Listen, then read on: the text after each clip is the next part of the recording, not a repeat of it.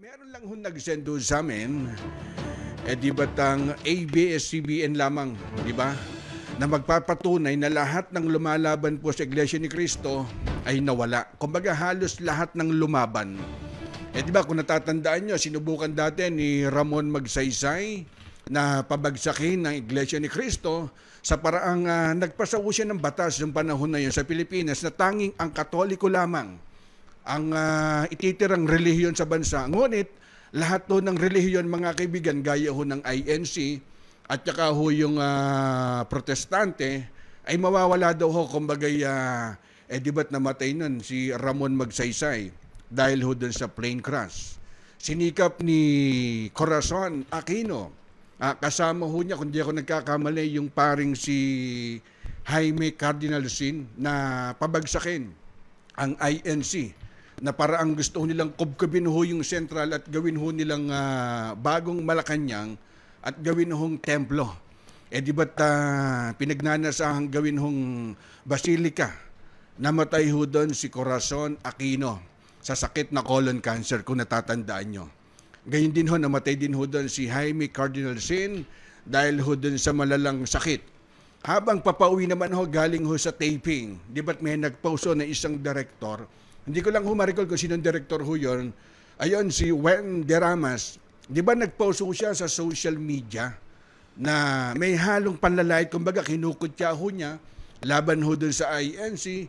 Kaya siya nananaginip daw ho siya kagabi na yung kanya napanaginipan, mga kaibigan, ay umulan daw ho ng dinuguan at nagtakbuhan. Di ba yung mga kapatid ho na iglesia?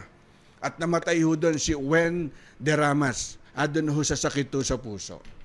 Nakipagtulungan din ho dyan yung dating senador na si Laila de Lima. Kung natatandaan nyo, nagkaroon ho ng paksyon o kaguluhan dyan ho sa INC. Nakipagtulungan ho doon si Laila de Lima sa mga natiwalag ho na INC para ho pabagsakin yung pamamahala ng INC o yung Iglesia ni Cristo at ipinakulong ho ito. Di ba? Ngunit, doon ho sa kasamaang palad, si Laila de Lima po yung nakulong, di ba? Sa layuning pabagsakin po ang Iglesia ni Cristo, gumawa po sila ng katha at saka bias na pagbabalita ang ABS-CBN upang mapaniwala ho nila, di ba, ang tao laban ho sa INC. Sa kasamaang palad, nag-shutdown ang ABS-CBN. Alam nyo, marami na hong nagtangka na gumiba ho sa INC. Lahat ho sila hindi ho nanalo, di ba?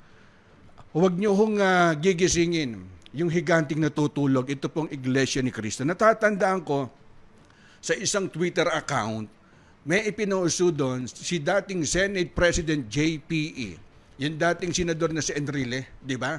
Kung gusto mong gumulo ang buhay mo, guluhin mo ang Iglesia ni Cristo, di ba? Halos lahat po yan, hindi ho sila nagtagumpay. Kasi yung pagkakaisa ho ng INC, di ba sabi ko nga sa inyo, nung panahon ho ng pandemic, kami mismo saksim buhay, bakit kamo? Kumbaga, ikinover ho namin yun, nilabas ko sa aking news column, yung lingap sa mamamayan, nagdo-donate ho sila sa mga bawat LGU. Yun po ang misyon ng INC o ng Iglesia ni Cristo. Kaya yung lahat na nagtangka, naggibain, lahat ho sila, hindi ho umubra.